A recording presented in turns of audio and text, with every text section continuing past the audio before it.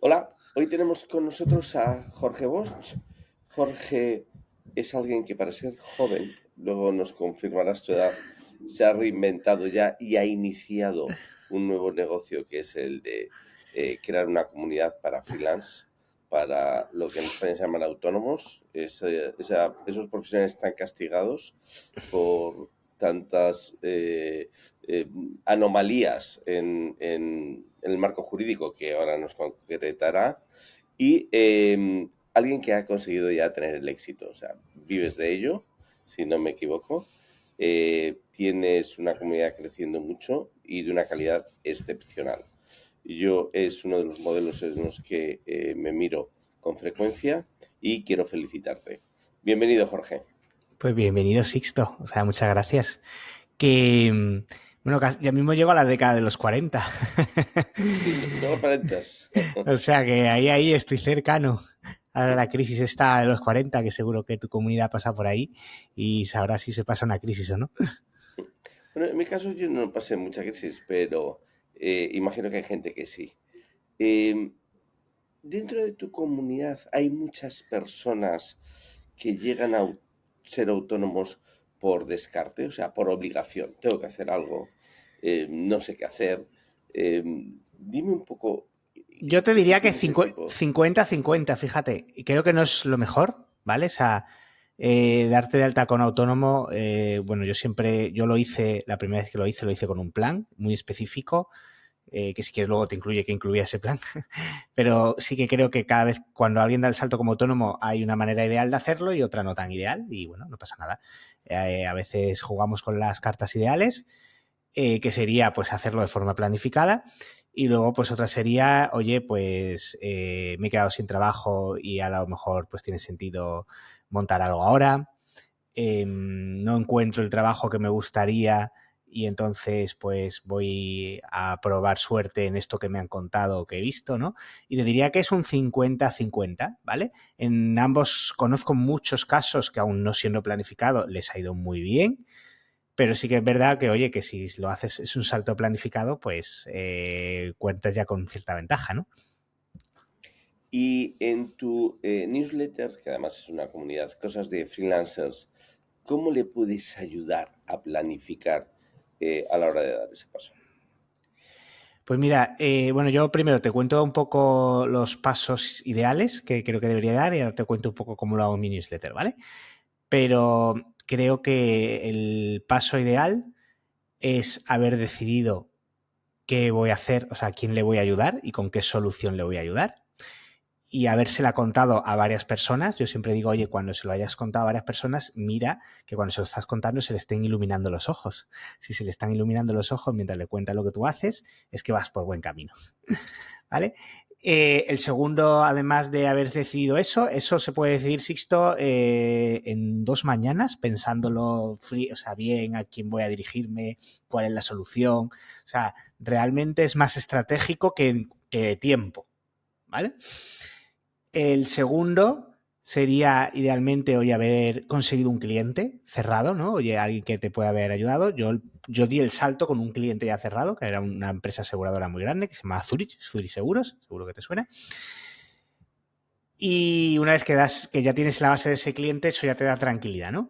Oye, y el tercero, que siempre cuento también, son los tres, que siempre viene bien tener una mochilita de ahorros, ¿vale? De 6 meses o algo así, porque además en el mundo autónomo, desgraciadamente, ya no solo es que, aunque tengas un cliente desde el principio, muchas veces los clientes, mientras más grandes sean, no pagan al momento, ¿vale? De ahí, sobre todo aquí en España, en empresas muy grandes, pues es muy típico pagar a 60 días, incluso más a veces, ¿vale? Entonces, si tienes una mochilita, hace que no cojas el primer cliente que aparezca por el camino, porque te permite ponerte menos nervioso.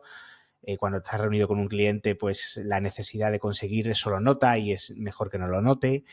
Se vende mejor desde la parte más de la tranquilidad que desde la parte no de la necesidad.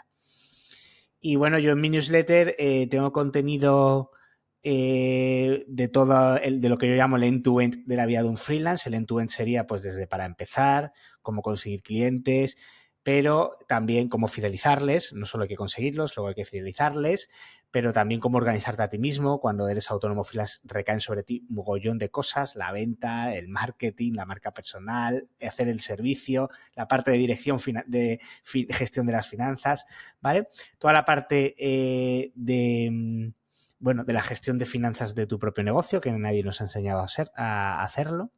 Toda la parte de equilibrar la vida personal y profesional, que es muy complicado cuando eres autónomo. A mí me parece la parte más compleja, ¿vale? Entonces, trato de entender el mundo autónomo más como un estilo de vida y cómo organizarte y vivir en ese estilo de vida tan particular y no tanto solo como vender, ¿no? Que hay mucha gente hablando de emprendimiento, pero solo habla, por ejemplo, de la venta, que para mí es solo una parte.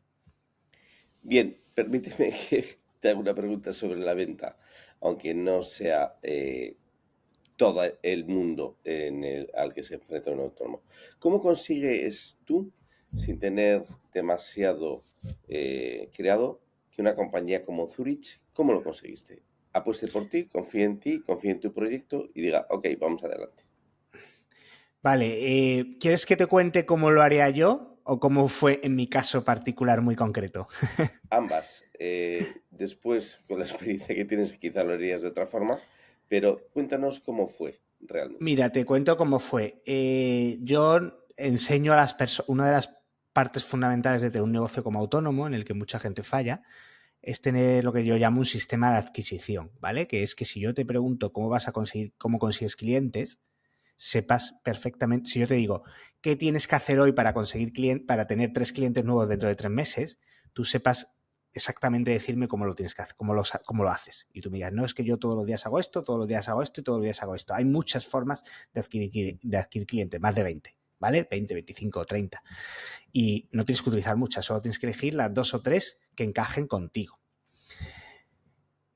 Pero hay una que es probablemente la mejor para empezar, no es la mejor para seguir, pero sí para empezar, que es, pues, y no es la mejor para seguir porque no es escalable, obviamente, pero son tus contactos y la gente que tienes ya en tu agenda. Entonces yo en el momento que decidí que quería darme el salto autónomo, yo había trabajado previamente en una gran consultora de estas que te sonará igual, no sé si conoces, en mi caso era EY o Ernst & Young se llamaba, pero de estas famosas Big Four, Deloitte, Price y tal.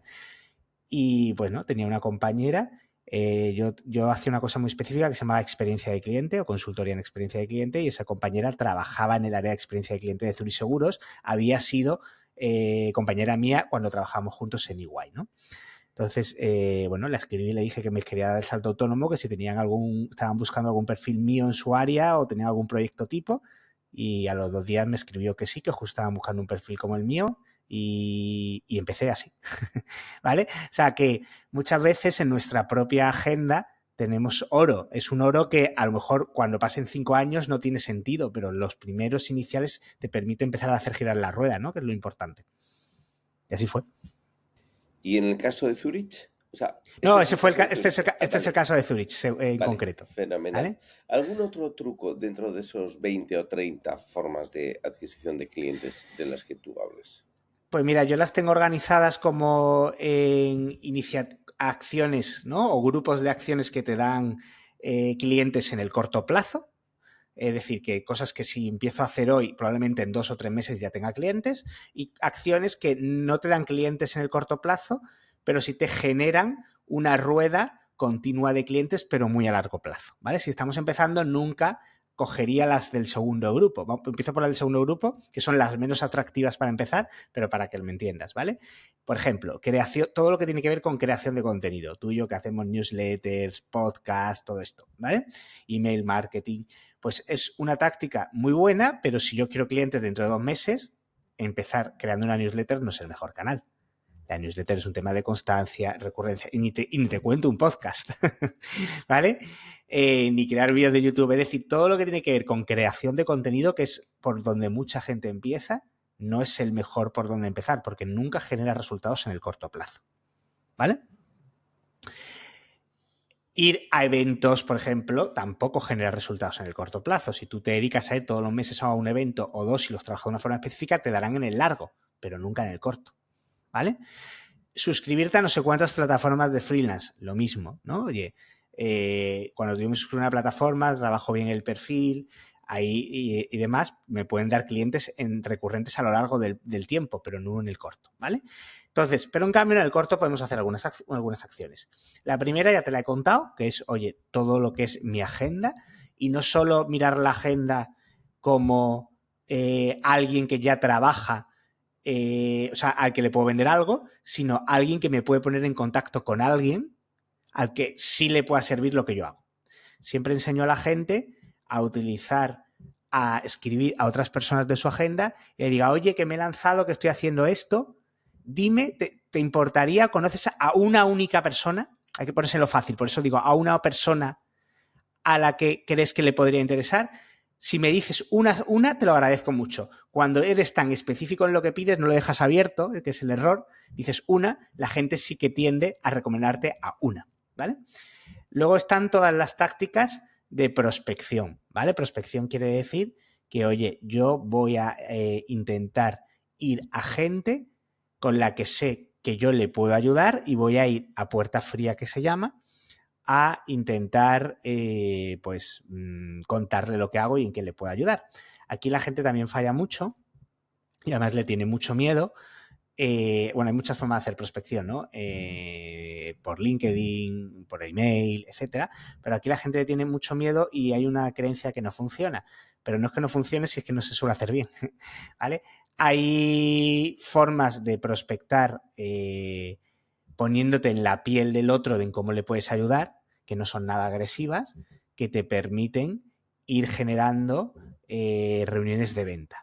También hay formas de prospectar haciéndolo diferente y currándotelo mucho, como por ejemplo la videoprospección, que es, oye, yo me grabo un vídeo de 40 segundos y ese vídeo de 40 segundos te lo envío, es una cosa que no hace nadie, la gente está muy obsesionada con la automatización. Pero tú ten en cuenta, Sixto, que aquí es más importante conseguir un cliente de 5.000 euros que muchos clientes de 100 euros, ¿vale? Entonces, es mucho más importante la personalización para conseguir clientes al inicio que la automatización. Entonces, merece mucho la pena grabarte un vídeo de 40 segundos hiper personalizado diciéndole a esa persona porque tú eres el mejor para ayudarle, ¿vale? Y la videoprospección funciona muy bien, pero muy poca gente la utiliza. Seguro que has recibido poca videoprospección, pero mucho por escrito, ¿a que sí? ¿Vale? Entonces, la agenda de contacto y la prospección probablemente son las técnicas que a mí más me gusta utilizar para empezar. Sí, estoy de acuerdo contigo. A mí en el pasado me han funcionado muy bien. O sea, y también LinkedIn en algunas ocasiones, pero no con contactos fríos. Hay otra forma que funciona muy bien, que es que hay una parte muy importante en la venta que no es la venta en sí, sino es el que ayudas a solucionar, ¿vale? Cuando eres muy específico al inicio, cuando llevas un tiempo no hace falta, puedes convertirte en un profesional más generalista, pero al inicio ayuda mucho ser muy específico en lo que haces. Cuando tú eres hiper específico en lo que haces, puedes apuntar con francotirador a quién te diriges y además en qué solucionas. Te voy a poner un ejemplo. Estoy trabajando con una chica que ella hacía antes video marketing para emprendedores, ¿vale? Es algo, video marketing, además, cuando tú dices yo hago video marketing para emprendedores, estás cometiendo ya un error porque la gente no quiere video marketing, quiere conseguir clientes, quiere, o sea, estás diciendo lo que tú haces, no lo que puedes ayudar, ¿vale? Entonces ya tenía mal el foco puesto, que es un error, que es decir, etiquetarte en lo que haces y no etiquetarte en lo que ayudas. Y lo segundo es que, claro, el video marketing para emprendedores en general es algo muy genérico. Entonces, la chica es una obsesa de YouTube y del mundo del podcasting, ¿vale? Y además tiene unas grandes habilidades de vídeo. Entonces, hemos diseñado un producto solo dirigido a creadores o empresas que tengan podcast, que ya tengan más de 25 vídeos subidos en YouTube, y hemos creado un producto que se llama Dejo tu canal de YouTube listo para crecer, tu video podcast. Solo dijimos a video podcast, no a canales de YouTube, a video podcast con canales en YouTube, que es diferente. Y le decimos, oye, dejo tu canal listo para crecer en 45 días.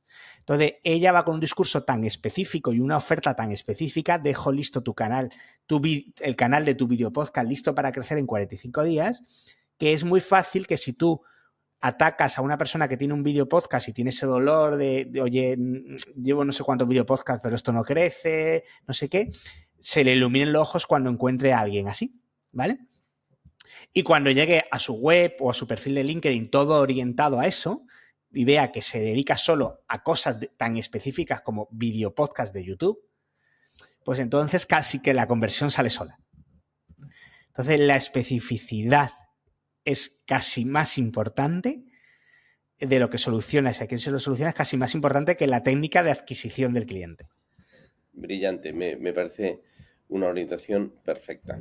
Lo de trabajarte tu nicho, o sea, cazar con mira telescópica. Me parece muy bueno, Jorge. Oye, has mencionado la inteligencia artificial, ¿vale?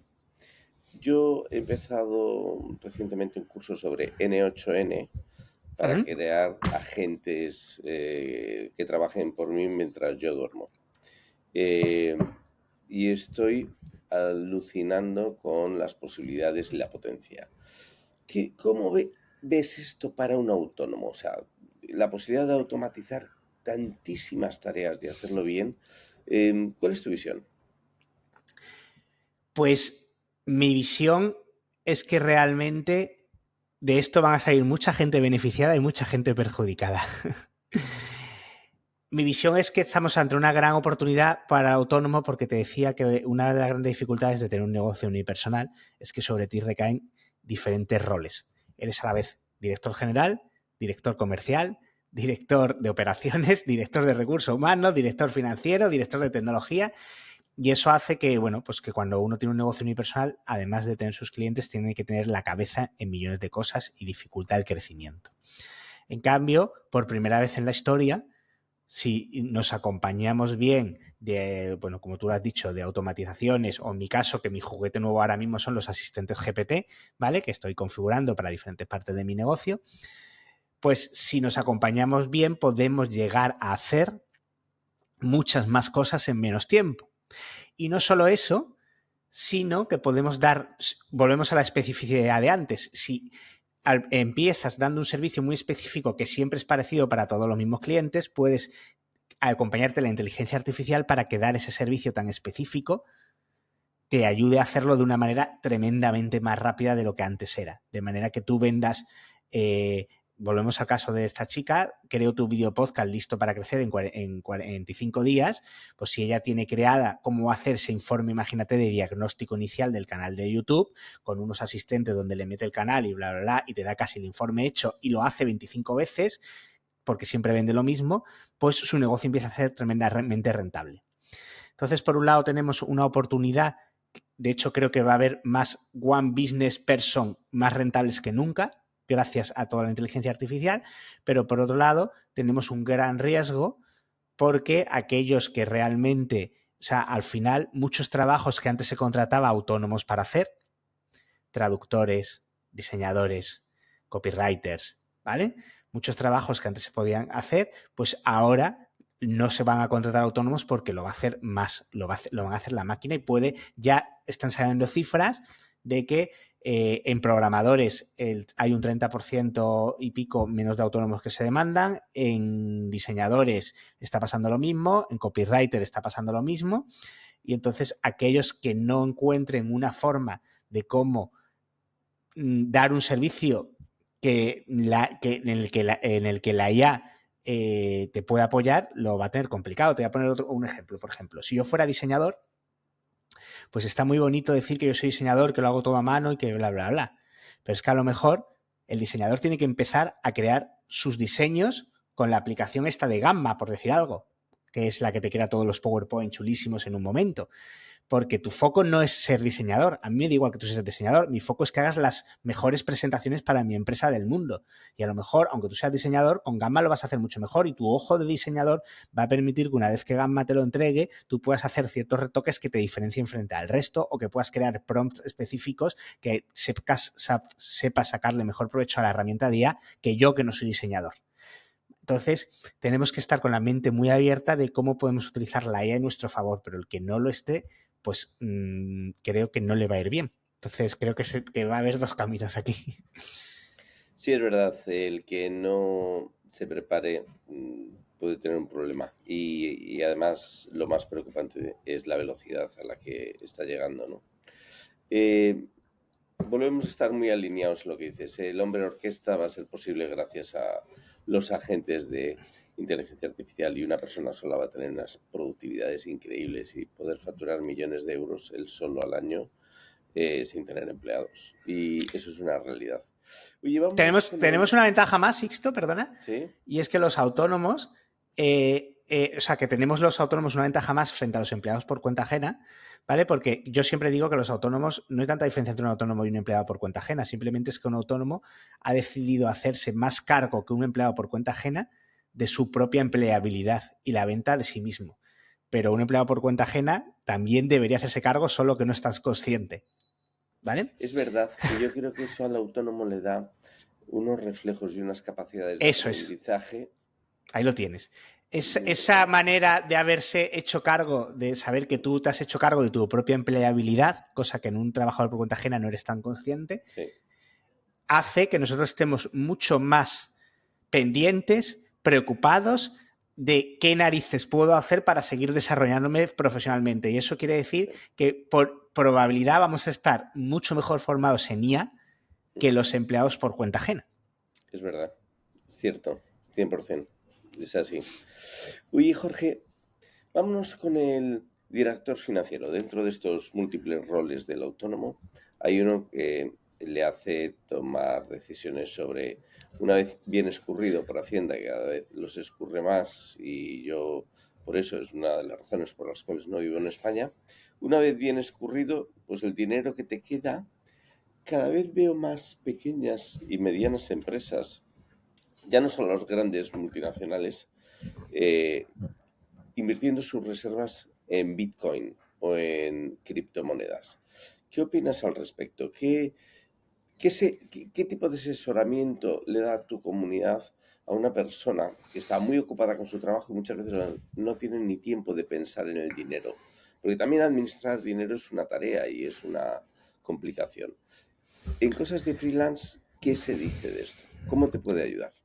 Pues mira, lo que se dice básicamente es que tenemos que aprender a gestionar nuestras propias finanzas como autónomo y no cometer algunos errores. Lo primero que dice o que digo es que por mucho que tengamos un negocio unipersonal, tenemos que cambiar el chip y tenemos una empresa. Me da igual, la gente dice, se asocia empresa a la forma, ¿cómo es? Laboral, o sea, a tener una sociedad, ¿vale? Pero no tiene nada que ver. O sea, aunque tú tengas dado de alta como autónomo, yo soy un autónomo, yo considero que tengo una empresa. ¿Qué quiere decir que tiene una empresa? Por ejemplo, que yo no puedo tener una cuenta mezclada de mis cosas personales y mis cuentas profesionales. El 50% de los autónomos actualmente tienen mezcladas sus cuentas. Te lo prometo, es como lo más básico de lo básico de lo básico. No puedes gestionar un buen negocio autónomo con las cuentas mezcladas.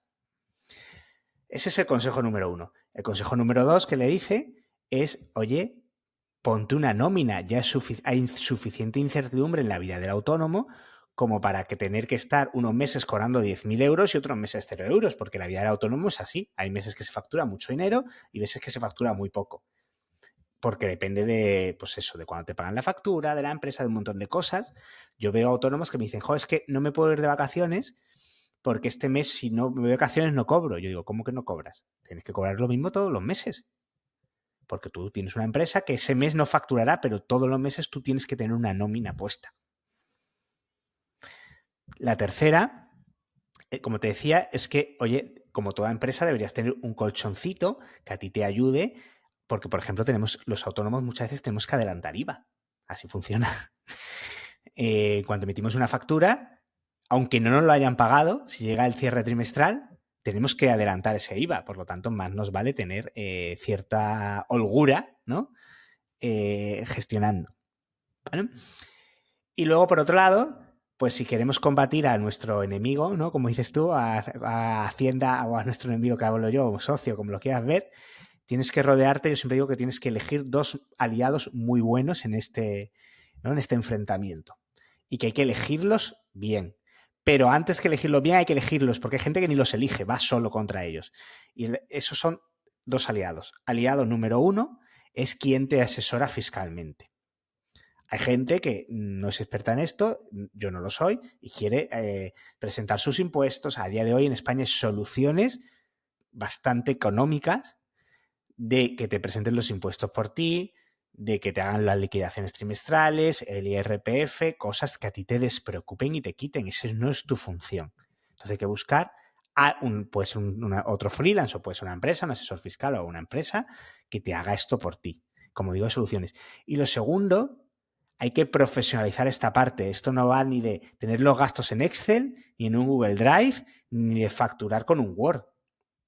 Hay unas herramientas maravillosas que tienen una sigla un poco, que parece otra herramienta de inteligencia artificial, se llaman ERP, pero dan un poco de susto, pero son bastante sencillas, donde se puede tener 100% control del negocio, que te ahorran una barbaridad de tiempo y no solo te ahorran, es que te hacen ganar dinero, porque si vas a escoger una, si quieres hablamos de alguna, deberían tener conciliación bancaria. Conciliación bancaria es que tú macheas los gastos de tu cuenta de empresa, no la personal, con lo que has subido en la plataforma, de manera que hace que no se te olvide nada nunca. Y te lo puedas deducir, que aquí intentamos deducirnos todo lo que podemos. Entonces, elegir ese software y gestionarlo es súper sencillo y te ayuda un montón. Que además, en España, por lo menos, va a ser obligatorio a partir de junio de 2026 con una normativa europea que se llama Verifactu. Ya nadie va a poder hacer ni facturas en Canva, ni en Word, ni en PDF. Lo cual me alegro, en realidad, porque creo que es profesionalizar toda esta parte de tu negocio. Entonces, esos serían un poco los consejos. Simplemente es profesionalizar. Yo dedico, Sixto, lo tengo medido, 6,25 horas al trimestre a gestionar la parte financiera. Lo tengo hiper bien, ¿vale? Y lo único que hago es, una vez al mes, emito todas las facturas, me lleva 20 minutos. Otra vez al mes, o sea, esos son 20 minutos por 3, una hora. Una vez al mes gestiono todos los gastos, lo doy de alta en mi plataforma, etcétera, donde se mete mi gestor y de ahí coge todo. Eso lo tardo 1 hora al mes, son 3 horas, ¿vale? Llevamos 4 horas. Y luego, una vez al trimestre, analizo todo lo que ha pasado y luego planifico todo lo que va a venir. 1 hora de análisis y 1 hora de planificación y 1 hora o sea, 1 hora de análisis y otra de planificación. Son 6 horas en total y con eso tengo 100% controlado mi negocio financieramente. Y además todo digitalizado, automatizado, etc. ¿Y lo haces con asesores externos o lo haces tú mismo? Yo hago, tengo una asesora fiscal que me hace, o sea, digamos que yo gestiono todo el software de ERP, en mi caso utilizo uno que se llama Holded, pero hay muchos en el mercado, ¿vale? Digamos, yo controlo Holded, doy de alta todos los gastos, todos los ingresos, etcétera, pero una vez que está todo de alta, le digo a la asesora fiscal, oye, que ya lo tienes aquí, tú te encargas, y ella se encarga de presentar impuestos, contabilidad, todo, etcétera, y una vez al trimestre me envía el resultado, aunque yo en Holded lo veo en tiempo real. Yo tengo mi cuenta de pérdidas y ganancias, todo eso en tiempo real. Y ya luego, una vez que ella me presenta, o sea, yo no intervengo con Hacienda en ningún momento, ¿vale? Ella es la que me dice lo que es, yo no me meto en sistemas de la administración en ningún momento, que además son un horror y no quiero verlos. Supongamos que tú representases a la patronal de autónomos, que yo a veces la veía bastante huérfana, incluso existiendo una patronal. ¿Qué petición harías a quien puede cambiar las normas o las leyes que afectan a los autónomos? Una, solamente una. Estoy pensando entre varias opciones. Pues mira, yo la que más haría es que hay una normativa que también europea que dice que está está implementada prácticamente en toda Europa, menos en España, que es que todos los autónomos que facturen menos de 80.000 euros no tengan que declarar IVA, ¿vale? Y en España pues se resisten a implementarlo, ¿vale? Eso nos hace pues que haya liquidaciones trimestrales, un lío administrativo y todo esto, ¿vale? Entonces, creo que la mayor petición que haría sería que los autónomos nos ahorráramos todo el tema de las liquidaciones trimestrales de IVA. Estupendo. Bueno, pues ya para terminar, hemos llegado a los 30 minutos de entrevista. ¿Cómo se ponen en contacto contigo o dónde pueden seguirte? Pues el sitio donde más cariño le doy es la newsletter, como te decía, y está en cosasdefreelance.com. Y yo creo que ahí es donde pueden encontrarme. También tengo un podcast muy chulo, pero desde ahí ya te enteras de todo. Fenomenal. Pues como centro de operaciones, cosas de freelance en Substack, o sea, que es donde se va a subir este podcast, aunque como bien sabes, luego se dispersa por Apple Podcasts, Spotify, YouTube, etcétera. Muchísimas gracias, Jorge, un placer. Un Enhorabuena placer. por todos tus logros y por tu constancia. Muchas gracias, Gracias. Sixto. Chaito.